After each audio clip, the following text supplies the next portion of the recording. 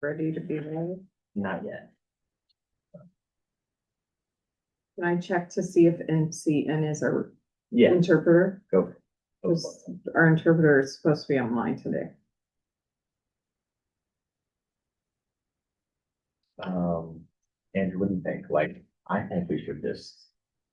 Hello, MCN. If you are our interpreter, can you please let me know? Yeah. So we get it rolling and, Yep. yeah, I see your hand. Does that mean that's who you are? I'll promote to panelists. So we can get through about, can we even approve of agenda without a quorum? Not sure we I can. stand corrected, Brendan, it was not on the website. oh, okay. I think I was sent the Oh. URL, so what you did. I will find it and get it to you. Oh, okay. Yeah, let's get as far as we can, Brendan. Unless you're aware that someone's coming, they're gonna be here in a minute or two. Yeah, Yeah. no. I don't care. It looks like Andrea can't make it either, Okay. so, but, I say, I think we need to have approval of the agenda to work through it. Agreed, yeah.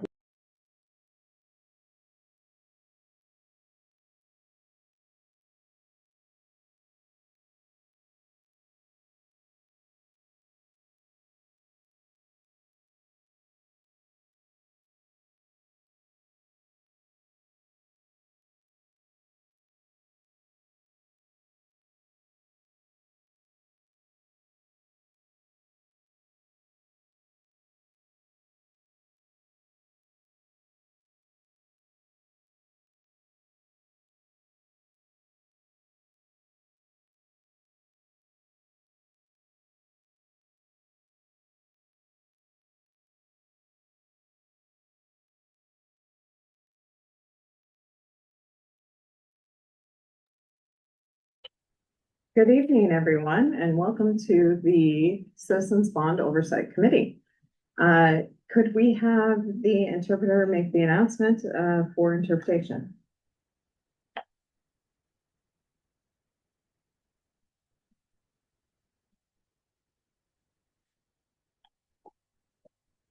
MCN, are you our interpreter this evening?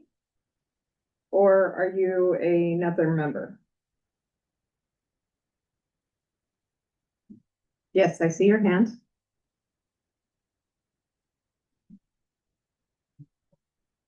You are the interpreter. Could you announce in Spanish that they could access interpretation through the globe icon?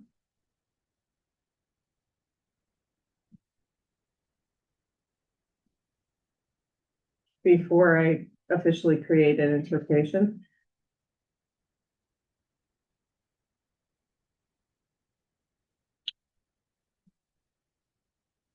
I understand. Typically, we have the interpreter make an announcement in Spanish before I turn on the interpretation so that everyone can hear it.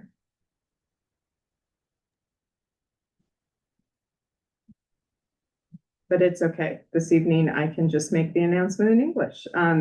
We have interpretation available. If you would like to access it, please use the globe icon. We'll be turning it on momentarily.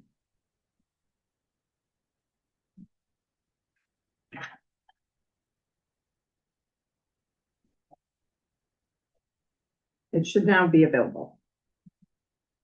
Okay, good evening. My name is Brendan Havener-Doughton. I'm the chair of the Citizens Bond Oversight Committee. Welcoming everybody in the room and online. Unfortunately, we anticipate that we will not have quorum tonight, but we will stick to our agenda and work through our items, skipping those decision items and addressing the discussion items for the record. And then folks can catch up with the online video that's offered after each meeting. With that, I will go through roll call. So call to order at 6:20 p.m. Item B, roll call. Given that our secretary is not here, I will go for it. So Chair Brendan here, Vice Chair Andrew Butt. Present. Secretary Dulce, absent. Giamma, absent. Andrea Landine, absent. Tashiana Johnson, absent. Lynn Johnson, absent. Bill Kloss, absent. Tanya Vargas, absent. Is there anybody online? Let me go. Other No, than the there are not. Go on. Okay, so item C is a decision approval of the agenda. We will skip that due to lack of quorum. Item D, comments by the chairperson. I'm going to thank everybody for their attendance tonight. So I will thank Andrew and Don, member of the community, for being here tonight. And thank you for your commitment.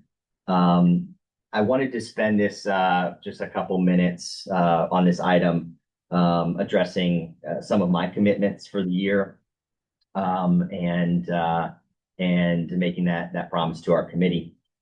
So one of the things I want to do, and I've talked with Ellen about setting up a time to meet to review some of the objectives and the interests that we have as a committee for this year. So looking at trying to plan the arc of topics and issues that we want to engage in over the course of the year, so that we can kind of publish that, discuss that, and make sure we can kind of vet these things as we move forward through the year as a committee together. So that will also help us project, what we're going to be talking about when, roughly speaking. It's certainly not set in stone, but also maybe will help with overall engagement of members as we go through the year in terms of showing up to discuss things that they are interested in. The second item is that kind of going hand in hand is ensuring that agenda topics align with committee members' interests. So that's something that I talked about we talked about in December, and want to make sure that all the agenda items are relevant. So I will acknowledge this from the December to January meeting. We're going over the holidays, and there's not a ton of engagement, or folks have other priorities, and so I anticipate that some of the lack of attendance tonight is due to that. And I'm not sure that much work has gotten done in between now and then, but we are trying our best to start the year strong here. The third thing is site visits. I want to, as the chair of the site visit committee, I want to commit to a goal of 8 site visits this calendar year. That may be a stretch goal, but I think about, what the value of site visits and how, generally we've heard positive feedback from folks. And so 8 might be a lot, but, that we would strive towards that. And I think, we have it on the agenda here, so I'll go into a bit more detail at that time. The fourth thing is there's an opportunity to speak at board meetings on behalf of the CBOC.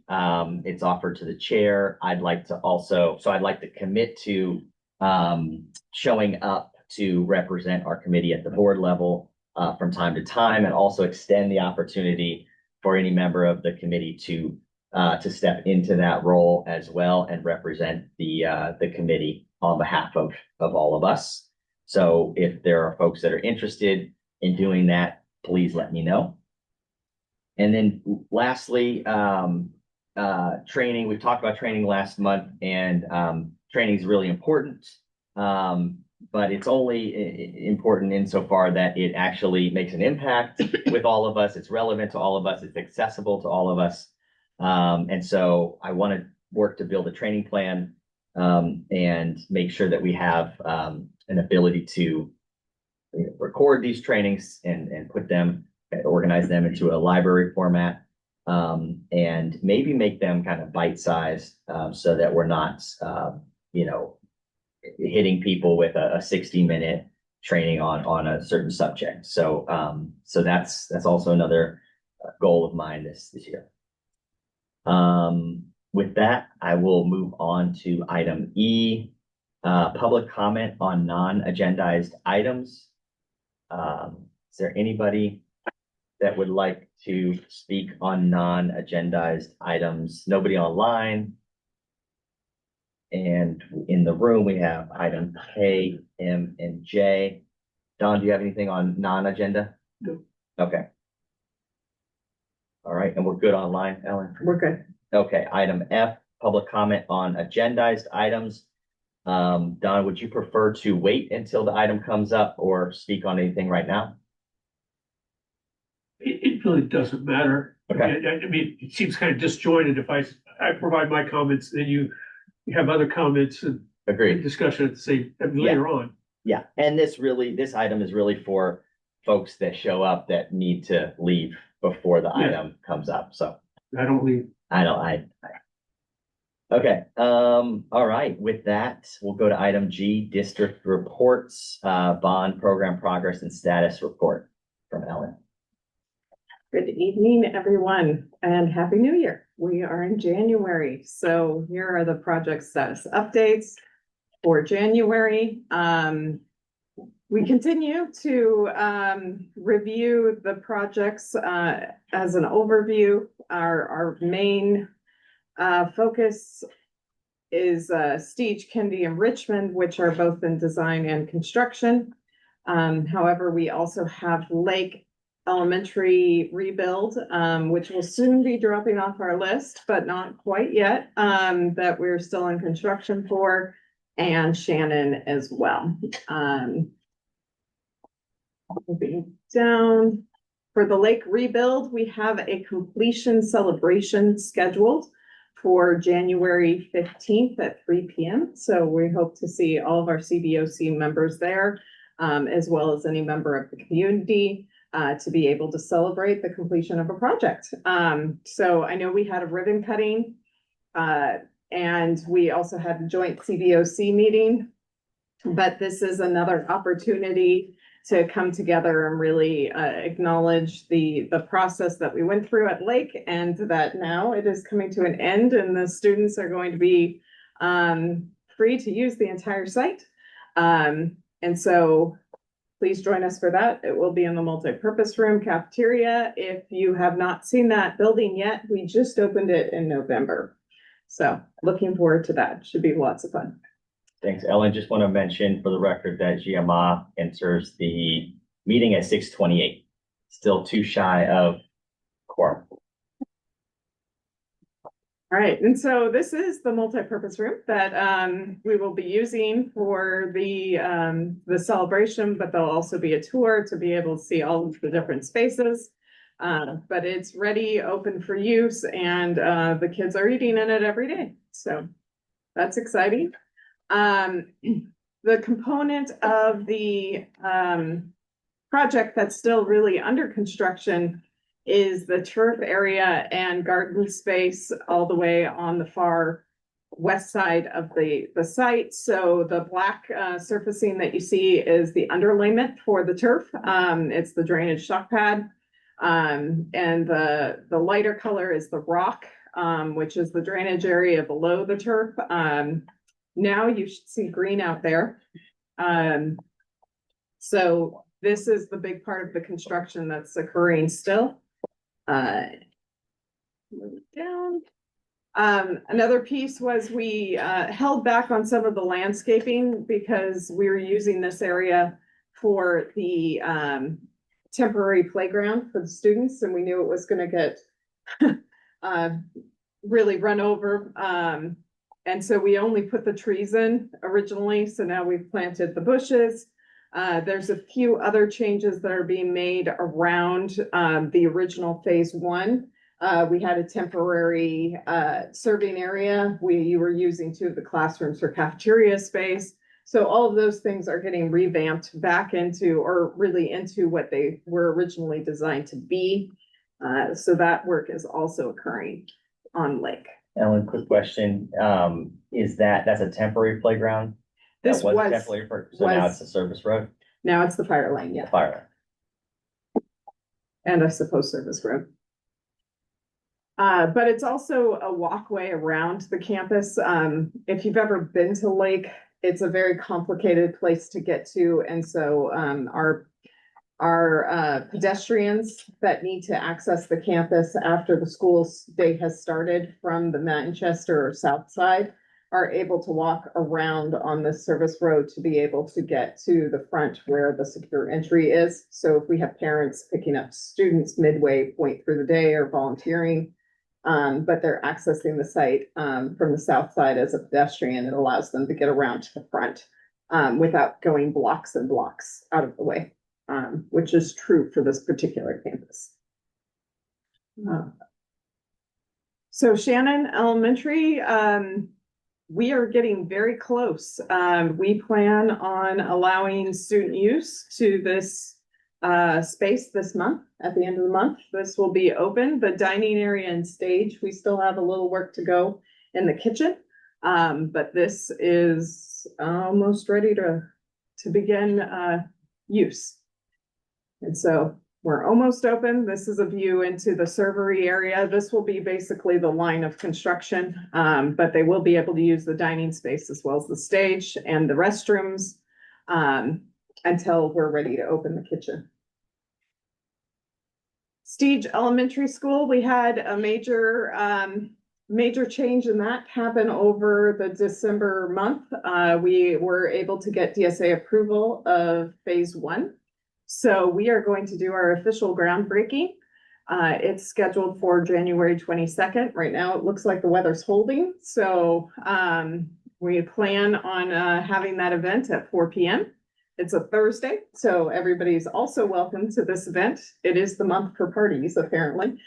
So we have 2 in a row, but we're really excited to start the underground work at Stage. For those who need a refresher on our phases, we have phase 0 is complete, and that was when we demolished the campus. So all the buildings have been removed as well as the hardscape.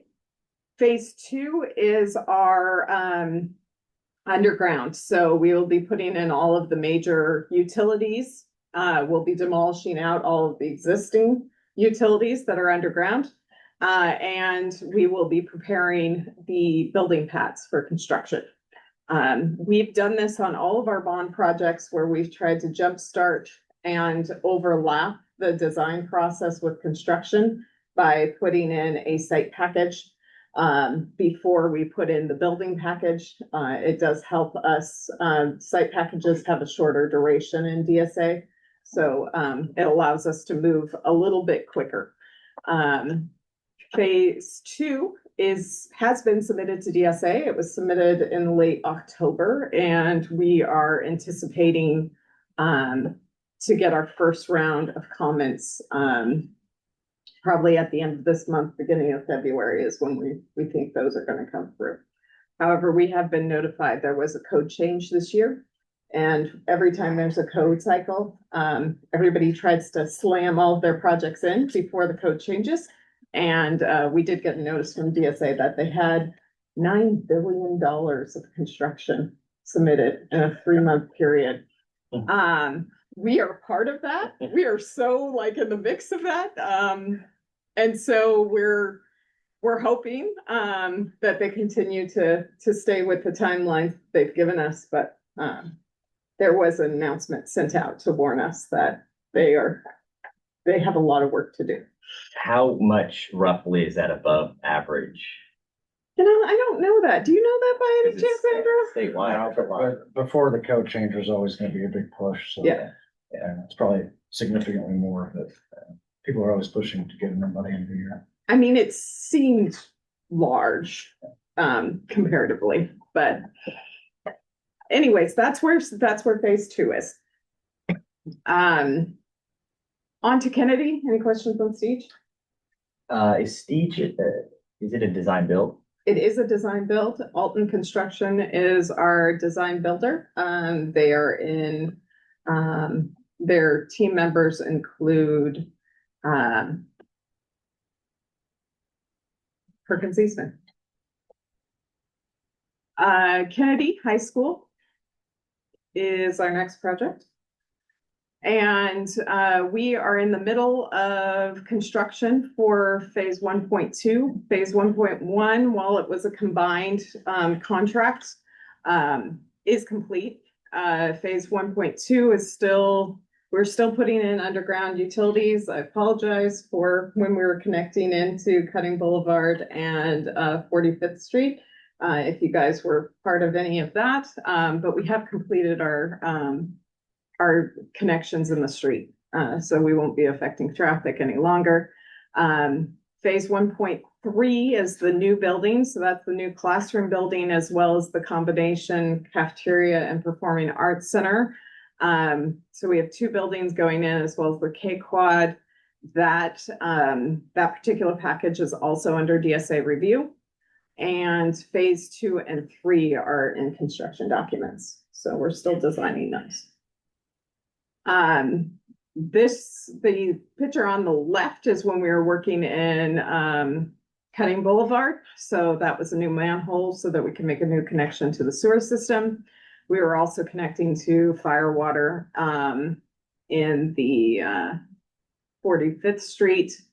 So the one on the right is when we were doing trenching for that through the swim center parking lot. We have reopened the swim center parking lot for use by the community. We will have to shut that down again when we go vertical.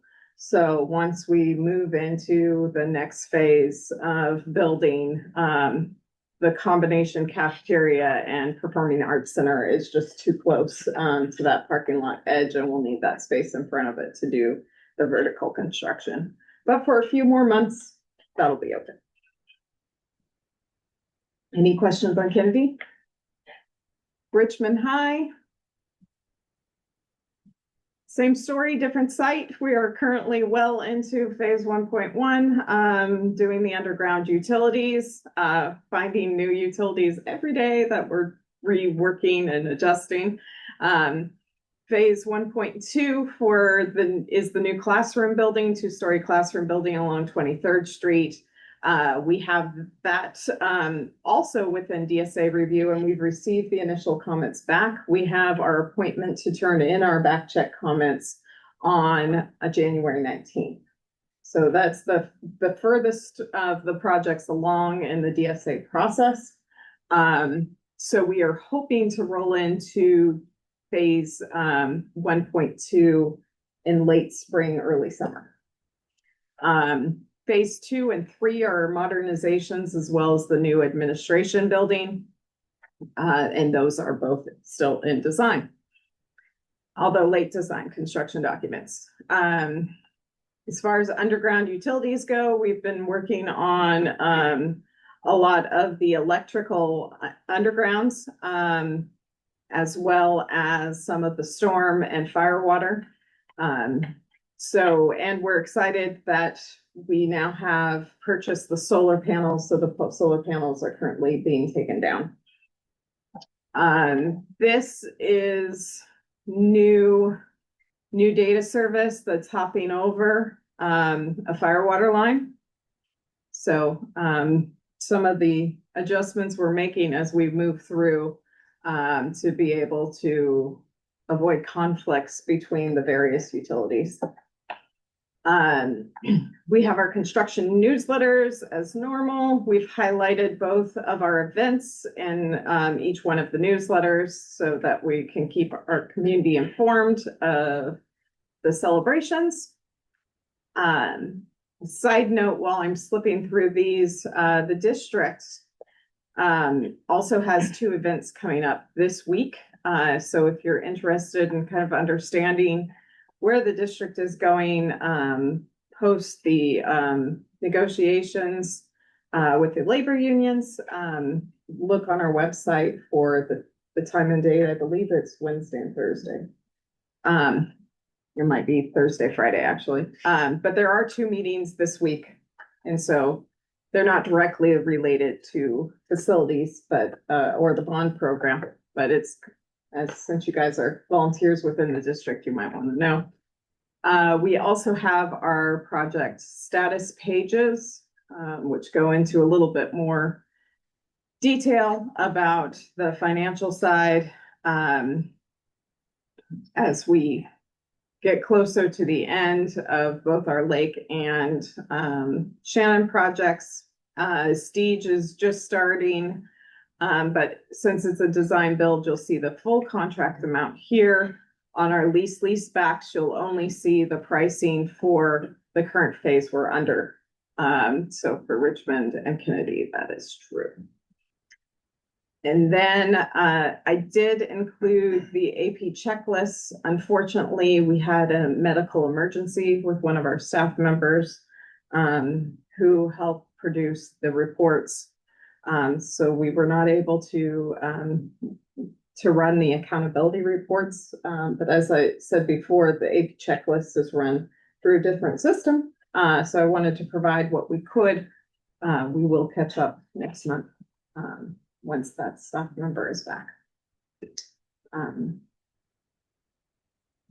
This also doesn't include, there's normally a second chart down here, and that is manually added. So we do have a note that this does not include the payroll and retention components that you normally see at the bottom of this particular report. But these are the warrants that we issued over last month. Thank you, Ellen. So, I have a question about the solar panels for Yes. Richmond. Yes. Planning on getting the ITC tax incentive associated with those, be up to 40, possibly 50%. So we are installing new solar panels as part of phase 1.2. So we will look into. Yeah, I that think component. it's the deadline is May, but really just to be able to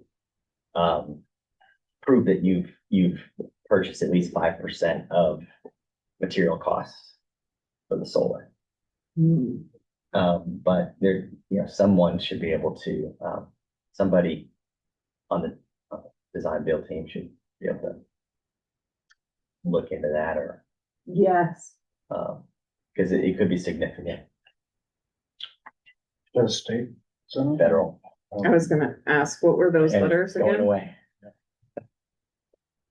Not Just a side comment here. I watch all the videos and I'm also sitting right here. I can barely hear you right now. I know that the owl can barely hear you. okay. If you can speak up loud enough. Sure. It's not a copy clutch. It's. Yeah. Thank you. Speak up. What were those letters again? ITC, ITC. investment tax incentive. I think what the same.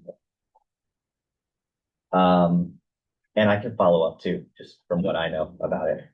Yeah, that'd be great, because that is part of the reason that Leasley staff was chosen for this particular project, is to have the ability to pursue opportunities like that, which we wouldn't have in a hard bid situation. And is that solar going to be owned by this district? The new solar will be owned, yes. Yeah. Kennedy's lease is still active, and we are not adjusting where the solar panels are on that particular campus, so we're gonna maintain the lease there. The PPA? Yes. Yeah. But power purchase agreement for those at home. But the Stige as well as Richmond will be fully owned by the district. Cool. And, yep. couple of questions. So are Kennedy and Richmond essentially on the same schedule? For the most part. Towards the end, it gets a little bit more interesting. Richmond's going to have a few more sub-phases to it than Kennedy will, so we're still working out the logistics of kind of that last little bit of the phasing and how much program impact we can make to the campus. Yeah. But right now, Richmond's ahead of the game, it sounds like, with DSA. Richmond is ahead of the game with DSA for Oh, the And first do, phase. do all three of those active major projects, so Stige, Kennedy, Richmond, have contractual construction managers affiliated with the projects as well? Yes, Okay, and they're three different CMs? No, it's all one. It's Okay. under the Cumming Management Group, sorry. I don't have any more questions for now. Gia, you have any questions, No, comment? no, have a big, thank you, Greg. Don, you have anything? Okay, thank you. Yeah. Leslie? Okay, back up to the agenda. All right, so you did touch on item H, the financial reports, and you gave us a quick update on that. So we will move on to item I is an action item for the CBOC, although we still don't have quorum. That was adopting our schedule. We'll skip that one, and hopefully, I think my intention is to still move forward to post an agenda for that February 16th date. Yes, So February 16th is when the district's closed. that's right. That's right. So So- we'll actually have to We were update that. Yeah. adjusting that. Maybe we'll push back a week. I'll circulate. I'll ask folks what works for them. Sorry, Yeah. can you include me on that? You decide? Oh, sure. Otherwise, I have no way of knowing because we still have problems with the website notifying people. Yes, I'll include you, Don. Thank you, because tonight I had no idea. I had to call up 3 people to try, including you. Are we having a meeting tonight? Because it was not included on the website. Yeah, One of the 2 websites for the CBOC, yeah, which we'll get into when we get to the website. yeah. Well, yeah, we can get into that. Which we're at now. Item J, site visit committee activity report out and requests. So, just a quick note, my approach is going to be to have an agenda item on every subcommittee that we have kind of a opportunity for the chair of that subcommittee to report out, or rather committee to report out, and then also receive requests from the membership of the committee, or comments or questions. So item J, site visit committee activity report. There hasn't been much activity. I shared in my comments earlier that I'd like to set a goal of 8 site visits, which may sound like a lot. So it could be a stretch goal. I do think they are of great value, and that's the feedback we've gotten consistently. It also, when appropriate, opens up an opportunity maybe to invite the public in.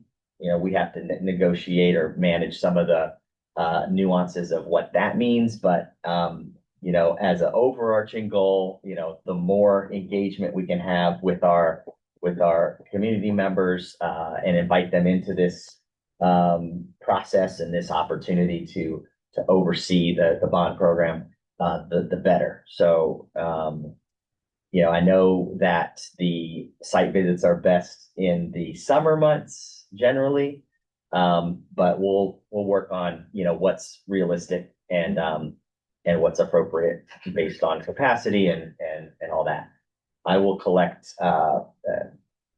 availability, interest from the membership, so that we can kind of triangulate on a schedule that works for most. Or frankly, I've taken this position in the past where I think if, while it might not seem like a good use of time, but if there is one member of the committee that can show up to a site visit, especially someone that has never been on a site visit, I think it is worthwhile to still conduct the site visits.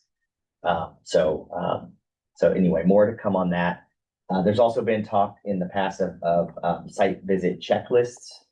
So we can all look into what that could entail, what best practices exist, and if anybody's interested in utilizing such checklist.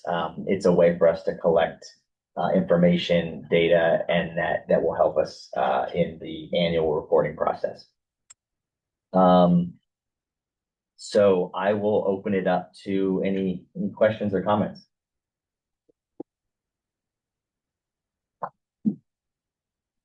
I just would say I agree about the site visits. I think they are, really useful, and that might be ambitious, but I think if you spread that out over the course of these three projects and their life cycle, I think it'll be easy to do. I would agree with that. I would like to do that as well. Cool. Don? Go ahead. Thank you. I have to agree with it. Andrew said many times that site visits are a critical part of the process. How can we say that how could anybody say that they're overseeing the bond program where they never actually visit the projects where the money is being spent? Being able to look at things firsthand. We can see all the pretty pictures that were shown here, which are great.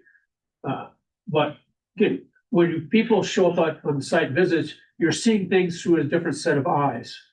What you're looking at, it maybe not be the same as what I'm looking at. But the two of us, or the three of us, or five of us, that is a big deal.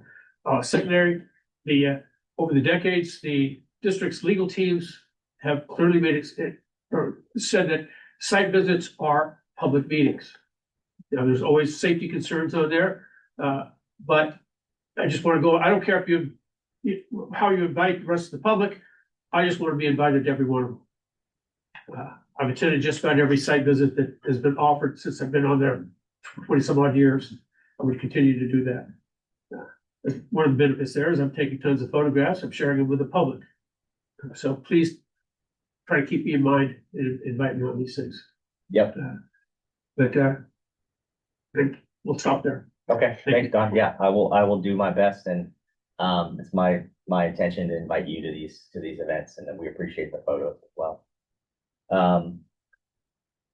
Okay, item K, and we still don't have anybody else online. Double check.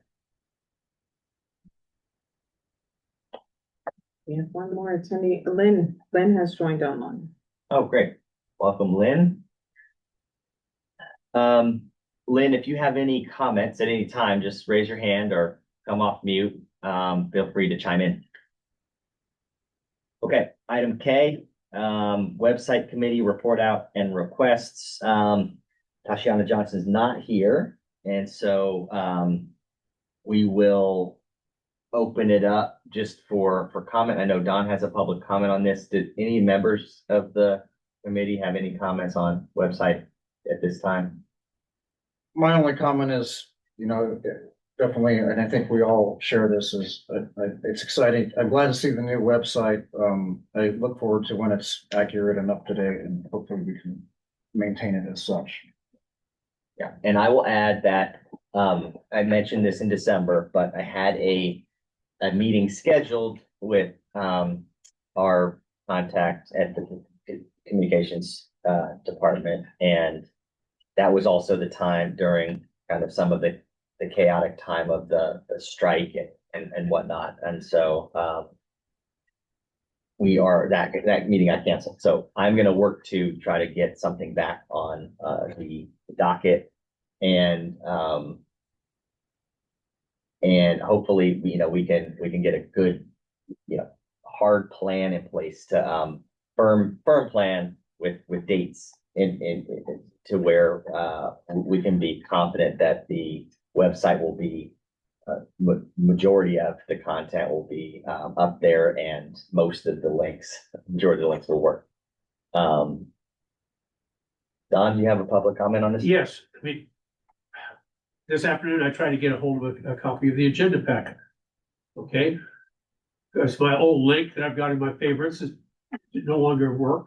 Understood that. So I go online, do a Google search for WCCUSD CBOC.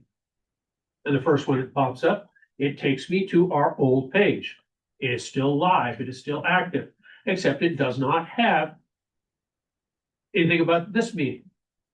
Okay, so that's why I called you. I called Ellen, I called Sylvia. Finally found out that, yes, we do have a meeting tonight. Now, when I went back there and checked, and did a Google search again, a little farther down the page is the link to the current web page for the CBOC. Okay, but even on that, things like when are the meetings and when the agenda packets, you've got to go through 4 or 5 pages to get to that part. I think people are not gonna go to do that much, especially when they're looking at it and it's 3 or 4 pages down of scrolling down before you get to the part about the agendas. It's gonna be a problem because for public meetings, you need to make sure that they're actually posted so the public knows about them. Otherwise, it's called a private meeting, a secret meeting. This district can't afford to have any more secret meetings. That's it. Thank you. So, yeah, I think like user friendliness will be a main metric that we'll be tracking and discussing in our collaboration to make the website the most accessible it can be for our community. Any other comments, questions? Okay. Item L, annual report committee. I don't have any comments on this. Again, I don't, not a lot I think happens over the holidays. And obviously Jules is not here. Any other comments or questions on this item? Okay, can I back up real quick to the previous item? So I was just looking at the calendar because Don piqued my curiosity. And so at least what I think is the active website does show a meeting tonight. There is a calendar for CBOC. It's obviously probably not locked in or accurate because we haven't decided yet. And we can't till we get a quorum, but it has as our next meeting, February 9th. But I think we all know that's not locked in, right? Yeah, that's, I mean, the draft schedule says the 16th, that's a Yeah. holiday or not. So we need to make sure we're working with staff to make sure that, once we do have a consensus around our calendar, for meeting schedule, that we update that and that it reflects what we decide on. Yeah, it looks like these are all the second Monday, 13th. Yeah. Right. So, and we had moved to the third Monday, so we'll have to certainly update that. Make sure it's clear. Okay, thanks. Sorry for having to backtrack. I just pulled that up and I wanted to make sure we talked about that. No problem. Okay, we'll move on to the item M, Brown Act refresher. I wanted to not assume that everybody's on the same page or same level of awareness with respect to the Brown Act, so I wanted to go through a little refresher. And so I've prepared kind of maybe 4 or 5 minutes of comments on this. Sorry, with due respect, Yeah, the people you're really pointing to that might need it, some of the newer people aren't Yeah. here. that's right. And I'm not just talking to people in the room, I'm talking to the video. And I think, we have been challenged here and there over the course of the years with attendance. And I think it's important that, we keep our meetings rolling, we go through the content, and that, as chair, I'd like to encourage folks to view the meetings especially if they haven't attended, if they miss the meetings, and so they can still get that content. So that's the approach here. Okay, so why the refresher, and why the Brown Act is important? It is, the core idea is that the public gets to see how we deliberate and make recommendations, and we avoid private committee business conversations outside of noticed meetings. With respect to meetings, agendas, and what we can act on, for a regular meeting, the agenda must be posted at least 72 hours in advance. And for a special meeting, that requirement is only 24 hours. And so we can generally discuss and take action on only what's on the agenda. If something comes up late, we can usually place it on a future agenda rather than debating it on the fly. Public access and public comment. The public has the right to attend and observe our meetings, and we must provide opportunities for public comment consistent with the Brown Act. If we're meeting in a hybrid or teleconference format, Brown Act rules also address how remote public participation works and how we can handle disruptions. Another important concept is our serial meetings and communications between members. So this is a big gotcha, which is, not engaging in serial meetings. So being very careful around the use of email, text, calls, or intermediaries to collectively discuss CBOC business outside of the regular meeting. If it ends up involving a majority. So obviously one-on-one conversations or even up to 4 people. If it's not a majority of the committee, then it's good to go. But a simple reply all to an email that's discussing actual content and committee business is a violation of the Brown Act. So this also includes social media interactions. Brown Act restrictions on using social media to discuss agency business among a majority of members is now a permanent part of the Brown Act recently. And so practically speaking, it's fine to send logistics or request agenda items through staff, but we do need to avoid the reply all threads or side conversations that turn into a deliberation. With respect to documents and handouts, when materials are distributed for a meeting, especially if they go to a majority, assume they need to be publicly available, which is consistent with the Brown Act timing and access rules. If you want something considered, best practice is to get it to staff or myself early so it can be included cleanly and posted within the agenda packet.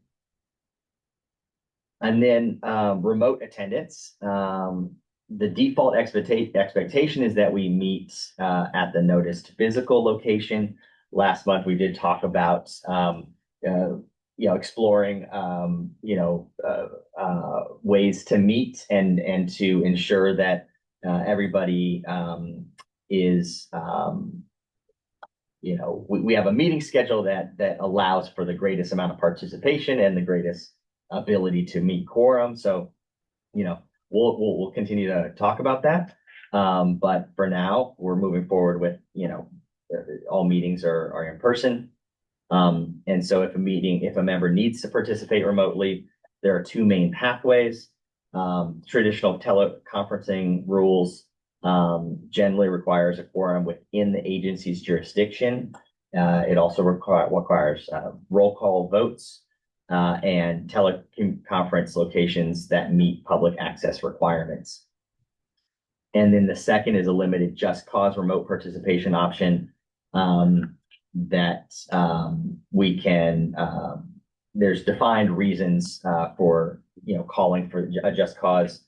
And I can outline those if anybody has questions about that. And so the bottom line is don't just jump on Zoom to attend our meetings. If you need to attend remotely, let us know as early as possible so we can use the correct Brown Act method and record it properly in the minutes. Okay, so in closing, the 3 most important things: no serial meetings, don't deliberate CBOC business with a majority outside of the noticed meeting, including email chains and social media interactions. Number 2, stay on the agenda. Regular meetings, agendas, we need to notice in 72 hours, special meetings 24 hours, and we only act on posted items. And 3, remote attendance must be pre-planned. If you need to participate remotely, we must use the correct Brown Act teleconferencing path. And again, I can provide more details on that if that is of interest to anybody participating remotely. With that, I'll open it up for comment to our members of the committee. No comment from me. No comment. Okay, public comment. Don, you have something? Couple of items here. When you talked about the regular meetings and the special meetings, you need to define what actually legally qualifies as a special meeting. We've seen like at Richmond City Council just the other night. We're gonna call it a special item, put on the agenda, emergency item, because one of the council members wanted to memorialize the people that died recently in Richmond. So city attorney had to weigh in, what is an emergency about that? Okay, but you need to clearly define what constitutes a special meeting as opposed to a regular meeting. And also with participation, remote participation. We've also seen here in Richmond, unfortunately, that there's a difference between participating in the meeting and counting against a quorum. Okay, the people have to be a part of the quorum, you have to actually be physically in attendance here. We had a situation, again, Richmond City Council. They're always a good example. What good is it to be around if you can't be used as a bad example? Okay, we had a city council member says, I had a bad hair day, so I'm just gonna put up my headshot picture on there. Okay, we saw that on the Zoom all the time. As it turns out, he went to the El Segundo City Council meeting, same night. And showed up on their video. So he was able to defy physics and be in two places at the same time. Yeah, he still counted against the quorum because he didn't bother to volunteer that he actually left the meeting. So you need to verify what constitutes participation and what constitutes a quorum. If somebody, well, like Lynn tonight, if she wants to participate, what is the difference between participating as a CBOC member and participating as a member of the public? You know, does her vote count when it's remote participation? I don't know. I think you need to find those things out. Okay. Yes. There were some changes to the Brown Act 25 to 26 by the legislature. I think I got an email. If it's not attorney-client protected, I'll send it to you so that you can look at it. Great. I also just asked the superintendent to get copies of the new 2026 book and the cheat sheet for the board and for the CBOC. So when those come in. Great. Cool. Thank you. Good things. Awesome. Okay, the last item is the bond program management plan walkthrough, item N. So mistakenly, the link for item N was put on as item O, but that's just really a link to that resource. And Ellen, I'm putting you on the spot, so I acknowledge I didn't talk to you about this before, but would you be able to put that up and then maybe we can navigate through it together? Yeah. Second. So, my understanding is that Melissa Payne put this together for the most part.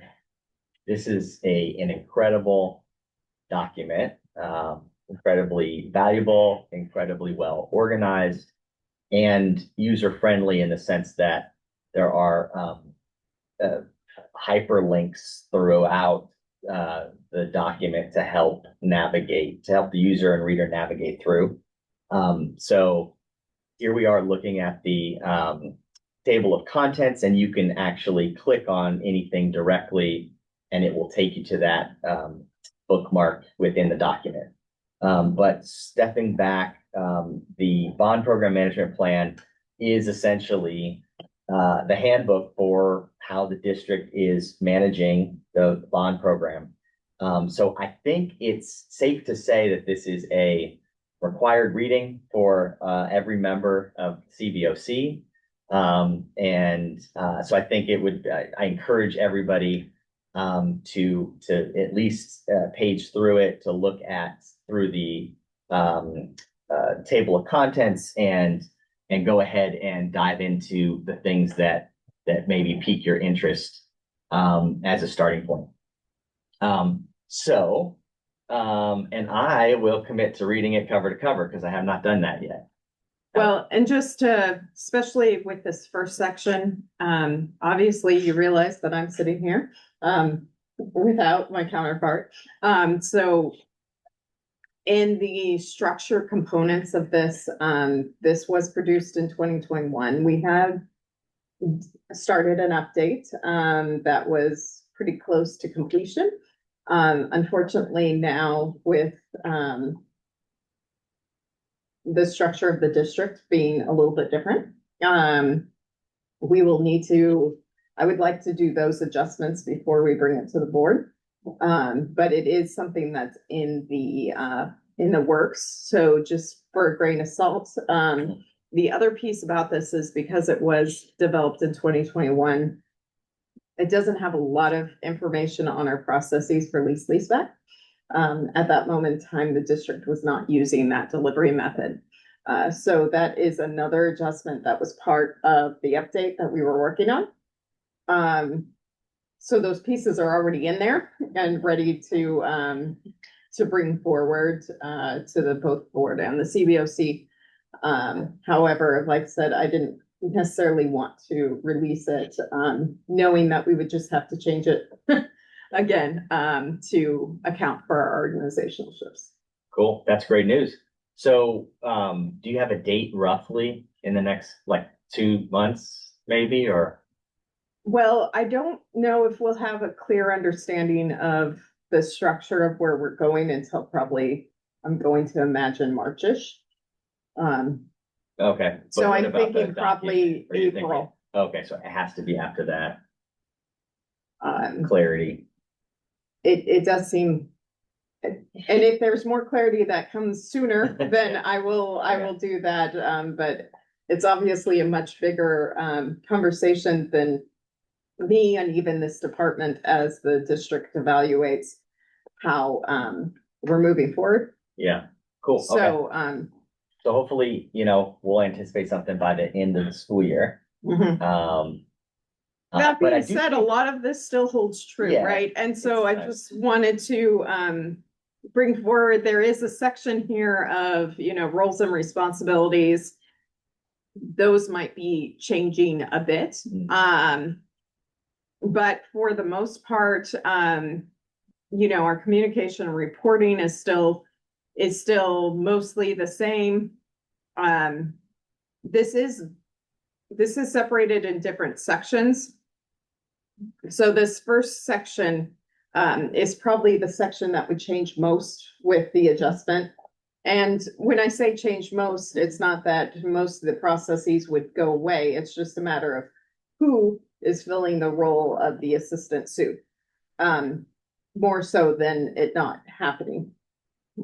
Currently, I am taking all of the items that Melissa would typically sign to Jeff Carter. So we do have second signatories. And so it's not that the processes themselves are not being adhered to, but it's just a little bit different group of people who are looking at things. Yeah, so I will add, I do think there's a fair amount of information that's timeless in this document. And so I wouldn't want people to wait to review the new document, but just to get some flavor of what this offers. And just to kind of take the edge off, when you do click on some of these sections, you find that some are just a, short paragraph that gives some flavor to the topic. So, as you get later in the document, there certainly are more technical and heavier concepts talked about. But that first section is pretty light, and I think it's definitely an orientation document for our committee. Right, the fiscal section really covers, obviously how we pay things and set up our processing, for payments. So there's many things in here that will link you down to a form. Most of those forms, like I said, are from 2021. However, we've been annually updating them, but it's not a major shift. It's mostly just updating the dates and the signature blocks. So again, not a wholesale change in that component. So, sorry to interject. So right at the top of the page, we're looking at 2.2.1, or was it cost codes? So let's just click on that. And then it sends us to an appendix, actually. So we might want to go. Can we click on that? Yeah. Click On on the that. appendices, Yeah, if you would let's like. click on that. Okay, See, this is amazing. so Like, do you want to say anything about the cost codes? well, so, okay, so cost codes, it's something that in my tenure here on the CBOC, it's a question that it comes up a lot. We get a report, where's the legends? What do these numbers mean, right? So, you know, how are costs coded and sorted and organized? And so you can get into here, small paragraph about cost codes, click on that appendix, and then you get a few different charts that show you how things break down. Right, and these are the ones that you see most often in the AP checklist. So the AP checklist, you have the full cost code of each one of the warrants. You're able to read that, and each chunk of numbers stands for a different item. So that's part of what you're seeing here is what the cost code segment stands for and what you would be billing against for it. And so this one kind of breaks down what those sections mean, right? So the object, the building, the cost code, and the description. So in practice, you know, when we're reviewing financial documents, you know, we can reference this document, and it's set up in a way that shouldn't be too frustrating to navigate to the right place to get your answers. And then, you know, digging into the material is another task. But in terms of access and navigation, I think it's really a fantastic resource. Right. And so do you want to go through the Yeah, different sections or? So we can keep going down on I just wanted to maybe hit one or two more things if we keep going. Okay, I want to get back up to we were at section 2, which is the financial. Section 3 is the administrative section. Okay, so yeah, kind of the procurement process. This is, I think a lot of it falls into the formal bid greater than 200K. But you know, getting more of a background on how the district gets into contract with vendors to deliver these projects. It's all broken down here. Correct.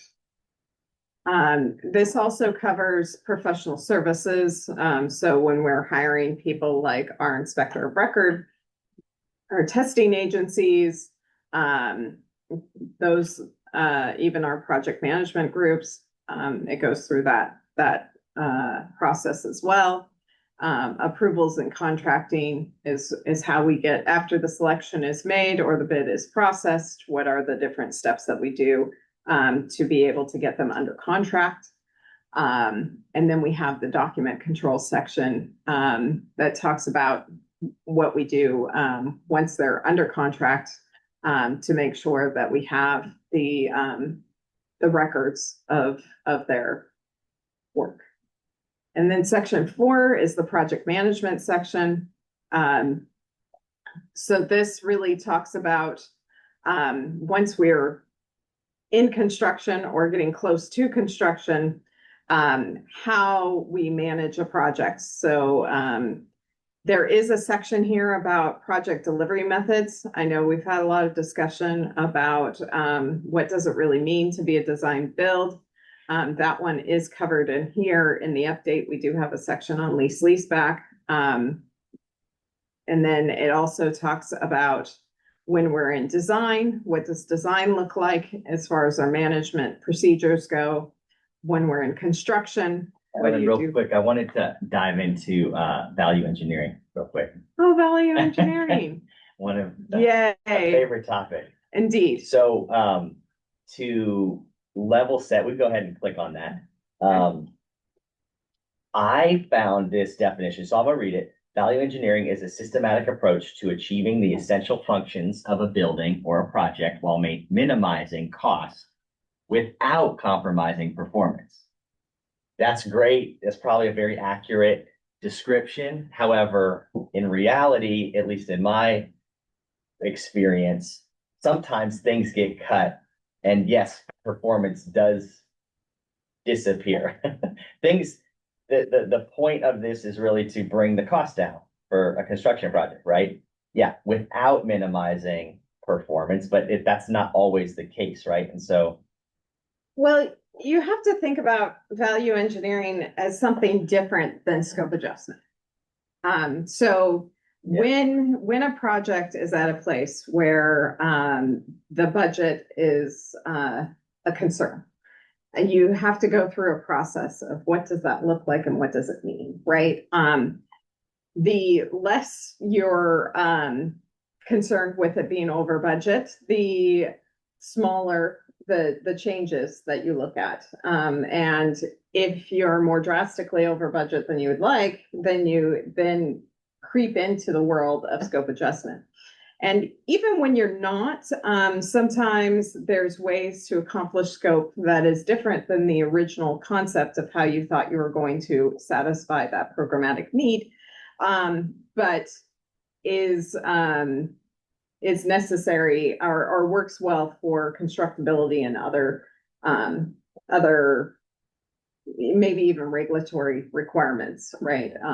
That come to light as you do DSA pre-app meetings and those kind of things.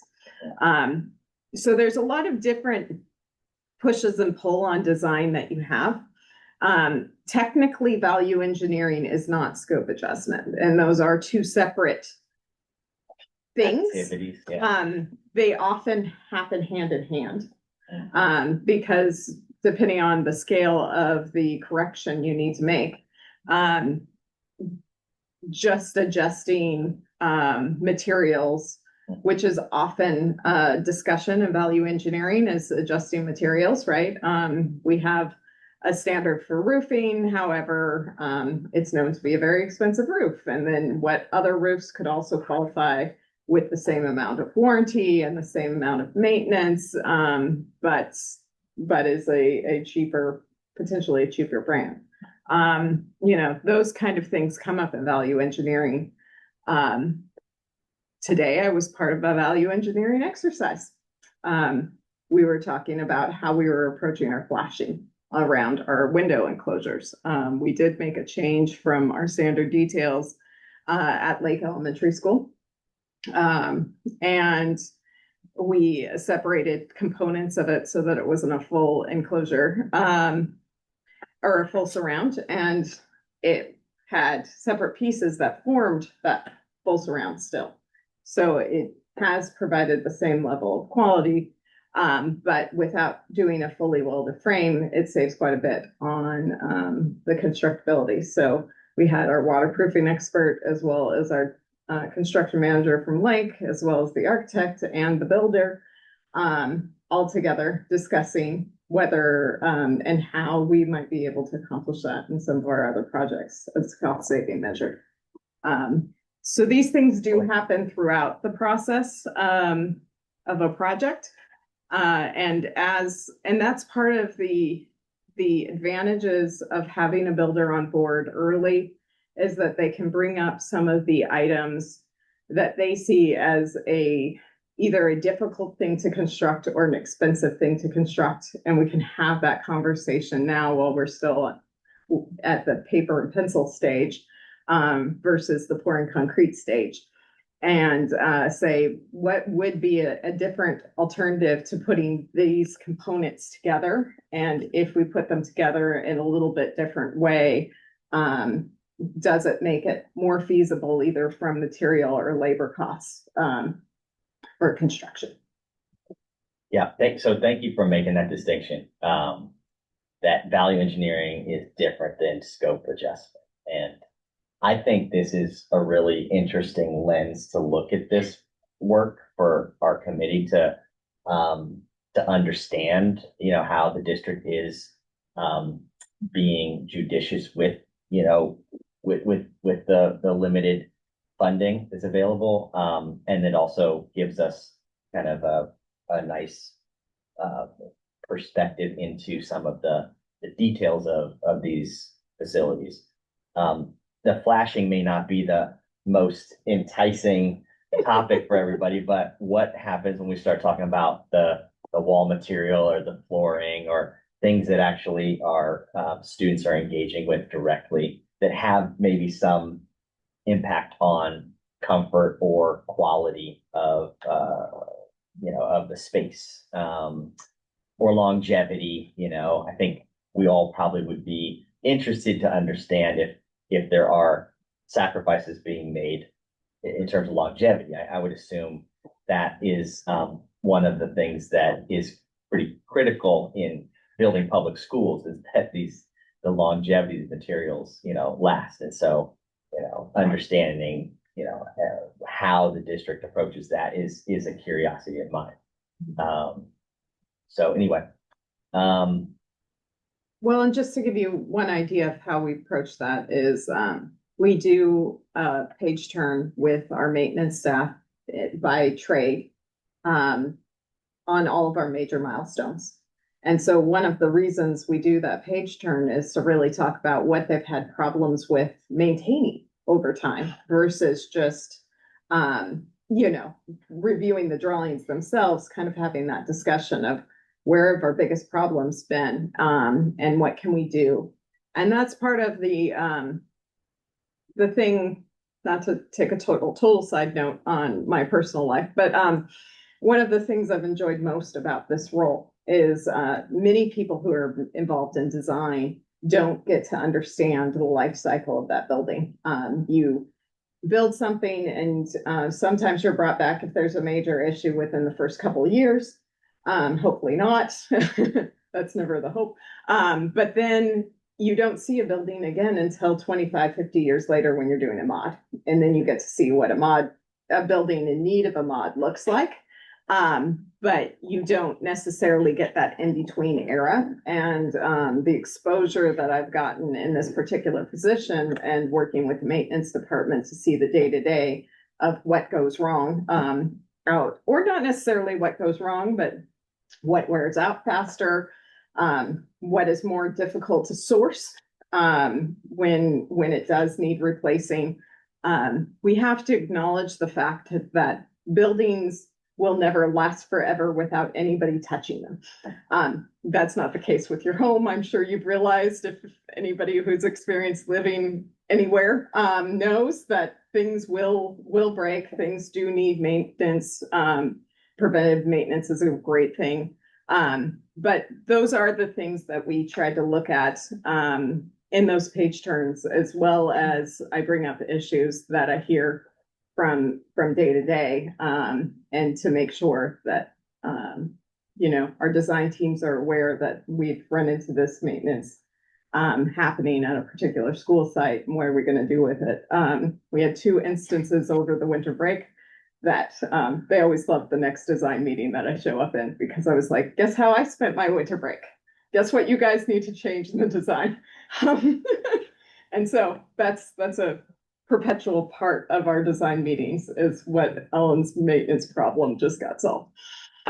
Sure, I have a question about Yeah, that. I've asked before, brought up the idea about lessons learned. And we are in a unique position, given that this program has effectively been, continuous for now over 20 years. So you've got schools that were either built new or completely modernized, around 2005, 2006.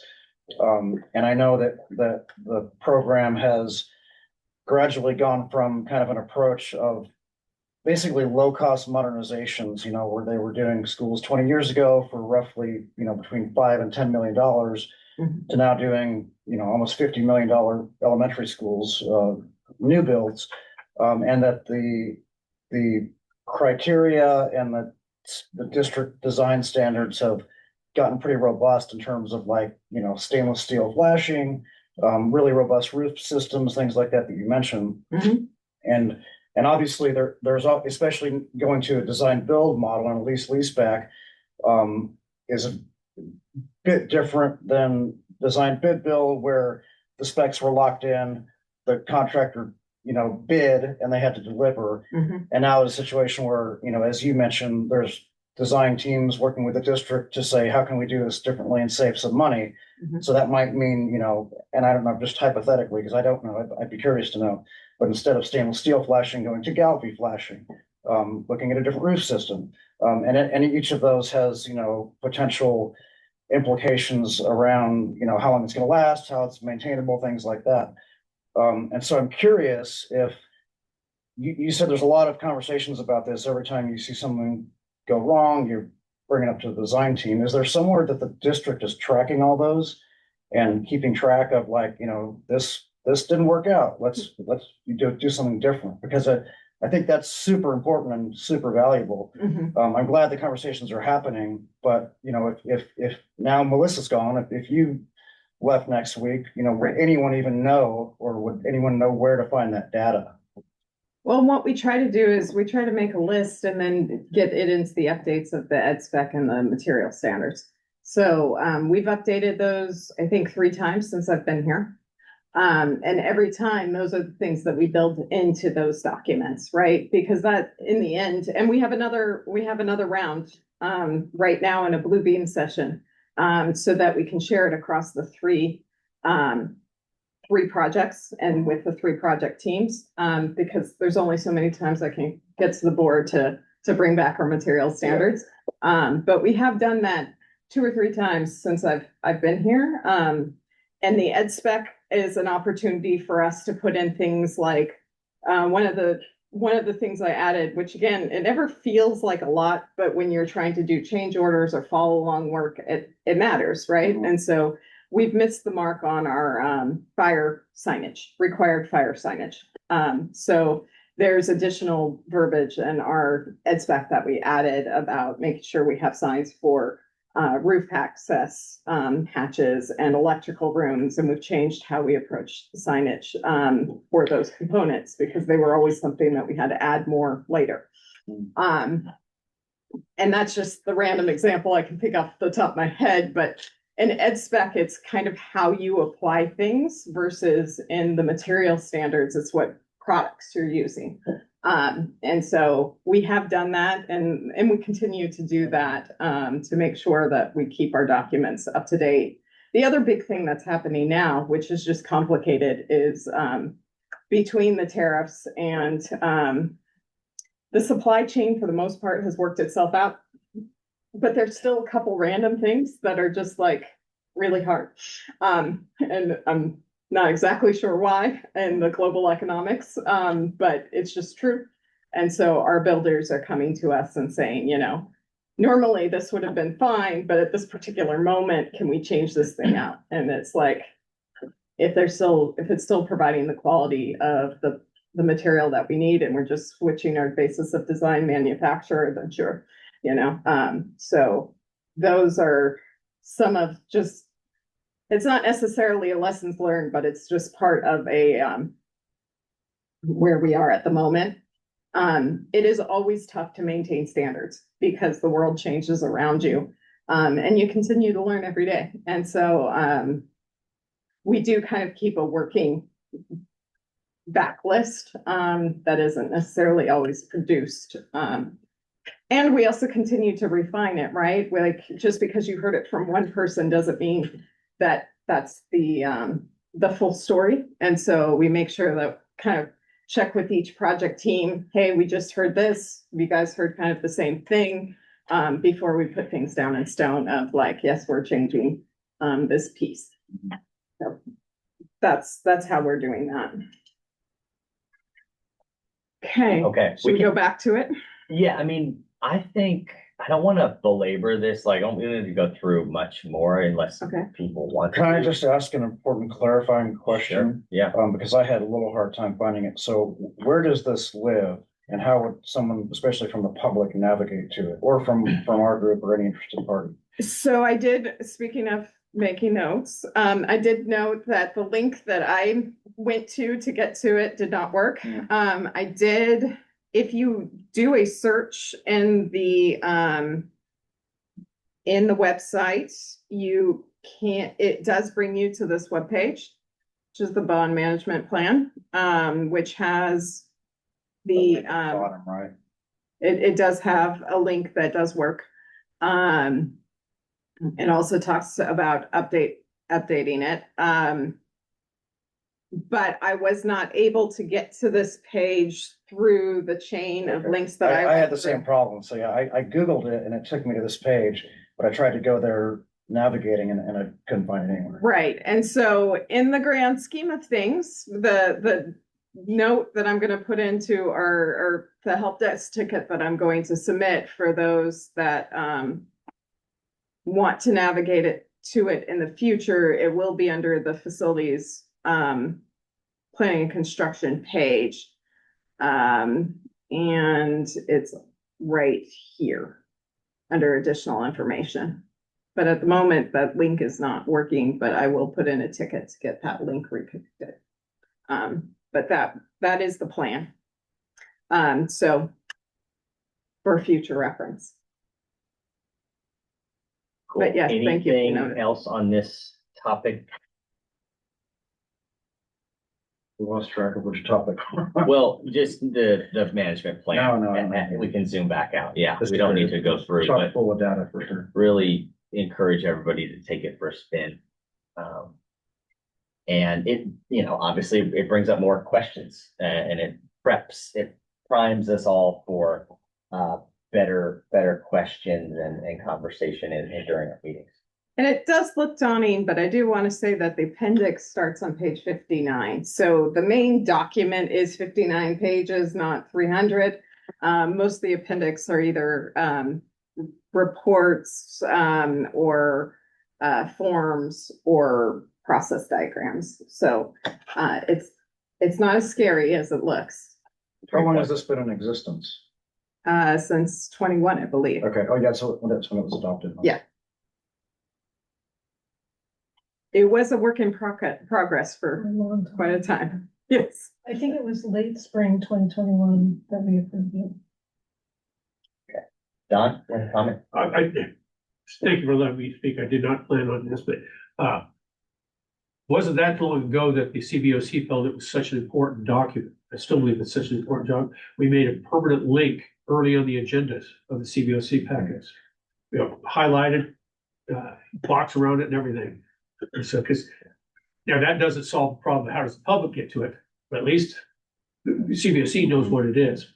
Second item is, we were talking about these lessons learned that Andrew was talking about, and if there's any kind of a log, I know that we've had at least 2 different times where we've had site visits where the CBOC has registered concerns, complaints about safety issues, life-threatening safety issues that the district was continuing to repeat. Examples are at Pinole Middle School in the lab room. On top of the lab tables, they would have a box for electrical outlets right next to the sink. Especially for kids that age, you don't put electricity and water in close proximity. You put those boxes underneath. And he said, well, this is the same thing we did at Dijon. So we complained about it at Dijon too. Nobody was listening to us. And we've had multiple locations where you would have a pair of laboratories and they would have only one emergency eye wash / safety shower for the 2 of them. And it would be in the storage room that connecting the two classrooms. Problem is, they would stack a half a ton. Pinole Middle School was an example. A half a ton of material stacked up against the emergency eye wash safety shower. And then it wouldn't have mattered because the doors were kept locked all the time. The teachers were complaining about that. They say, well, we can't provide access to this emergency station here because the kids get in the storage room, they steal everything. Well, if it's your daughter that's got her hair caught on fire and has to run to get it turned out, or has got acid in her eyes, wouldn't you want them to have access to this? But we complained about that, and they just kept repeating it, school after school. So there's a breakdown in communication between people that know about this. The teachers don't necessarily understand about the need for the electrical safety or the emergency eye wash safety shower because they're not using it. It's hardly ever used. It's only that rare occasion where it does get used. All of a sudden you realize, wow, that made a hell of a show with that hair burning off. And I was one of those kids back in my 10th grade. where my hair caught on fire in a classroom. And fortunately, I was able to get to the emergency shower. But working in industrial safety, where safety is number one, you've noticed these kinds of things. You would hope that we would be able to explain this to the district. I've gotten up there numerous times to the various boards over the decades. So you need to quit thinking of safety as an active shooter alert. There's more to it than that.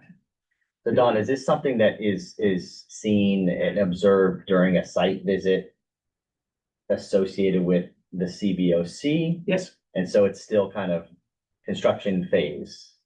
Or are you saying it's once buildings are inhabited? Well, we noticed in all these occasions, we noticed that after we finished the schools, the CBOC the district would want to showcase it. El Cerrito High School, Pinole Middle School, two prime examples of that. Okay, yeah, I mean, I think some of this can be addressed in the site visit checklist, and then we can work on a way to kind of, formalize that feedback. But, part of this is kind of posts after the fact. I mean, once students take, to inhabit the building, it goes. My point is, I'm not talking about trying to redesign what's already been installed, but you don't copy that design time and time again at our new schools and repeat the same kind of safety hazard. And it's not just safety hazards, it's other things as well. We've seen it too many times. It's just, we bring it up to them, the district facilities team, and it's like in one ear and out the other. Okay. Thanks. Okay. All right. Sorry.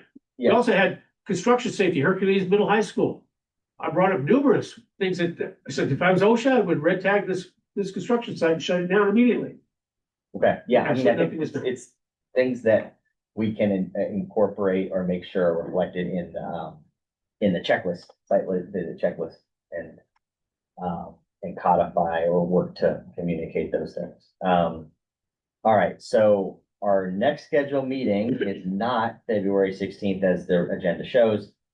We will follow up and with a new date based on the membership's availability. And any comment on that real quick? Anybody want to share anything about their availability in there?